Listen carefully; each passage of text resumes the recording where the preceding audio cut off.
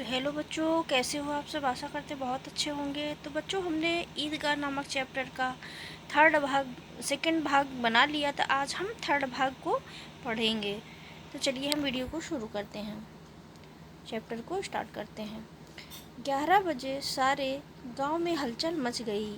मेले वाले आ गए। मोहसिन की छोटी बहन ने दौड़कर रिश्ती उसके हाथ से छीन लिया और मारे खुशी के जो उछली तो मियाँ बिस्ती नीचे आ गिरे और सुरलोक सिधारे। इस पर भाई बहन में मारपीट हुई। दोनों खूब रोए। उनकी अम्मा यह शोर सुनकर बिगड़ी और दोनों को ऊपर से दो दो चाटे और लगाए। मियाँ नूरे के वकील का अंत उसके प्रतिष्ठानुकूल इससे ज़्यादा गौरवमय हुआ। वकील जमील पर या ताक पर तो नहीं बैठ सकता, उसकी मर्यादा का विचार तो करना ही होगा।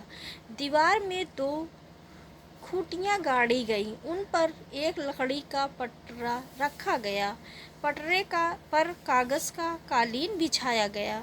वकील साहब राजा भोज की भांति सिंहासन पर विराजे। नूरे ने उन्हें पंखा झलना शुरू किया। अदालतों में खस की टट्टियाँ और बिजली के पंखे रहते हैं, क्या यहाँ मामूली पंखा भी न हो? कानून की गर्मी दिमाग पर चढ़ जाएगी कि नहीं? बांस का पंखा आया और नूरे हवा करने लगे। मालूम नहीं पंखे की हवा से या पंखे की चोट से वकील साहब स्वर्गलोक से मृत्युलोक में आ रहे और उनका माटी का चोला माटी में मिल गया। फिर बड़े जोर जोर से मातम हुआ और वकील साहब की अस्थि घूरे पर डाल दी गई। अब रहा महमूद का सिपाही। उसे चटपट गांव का पहरा देने का चार्ज मिल गया। लेकिन पुलिस का सिपाही कोई साधारण व्यक्ति तो था नहीं जो अपने पैरों चले। वह पालकी पर चलेगा। एक टोकरी आई, उसमें कुछ लाल रंग के फटे पुराने चिथड़े बिछाए गए, जिसमें सिपाही साहब आराम से लेटे।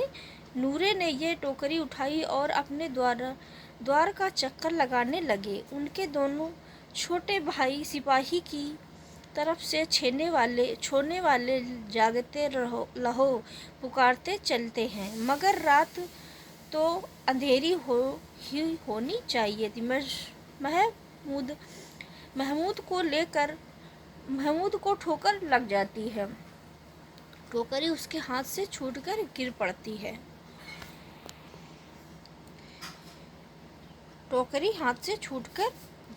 और मियाँ सिपाही अपनी बंदूक लिए जमीन पर आ जाते हैं और उनकी एक टांग में विकार आ जाता है। महमूद को आज ज्ञात हुआ कि वह अच्छा डॉक्टर है। उसको ऐसा मरहम मिल गया है जिससे वह टूटी टांग को आनन फानन जोड़ सकता है। गूलर का दूध आता है, टांग जोड़ दी जाती, लेकिन सिपाही को ज्यों ही खड़ा किया जाता है वह टांग जवाब दे जाती है। शल्य क्रिया असफल हुई तब उसकी दूसरी टांग भी तोड़ दी जाती है।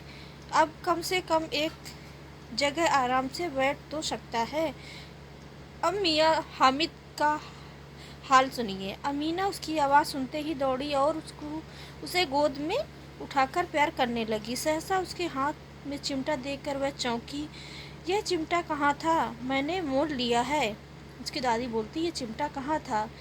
और तो वो हामिद बोलता, मैंने इसे मोल लिया है। दादी बोलती, कै पैसे में? तो हामिद बोलता, 3 पैसे में।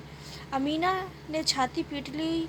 ये कैसा बेसमझ लड़का है कि 2 पहर हुआ कुछ खाया न पिया, लाया क्या यह चिमटा? सारे मेले में तुझे और कोई चीज़ ना मिली जो ये लोहे का चिमटा उठा लाया? हामिद ने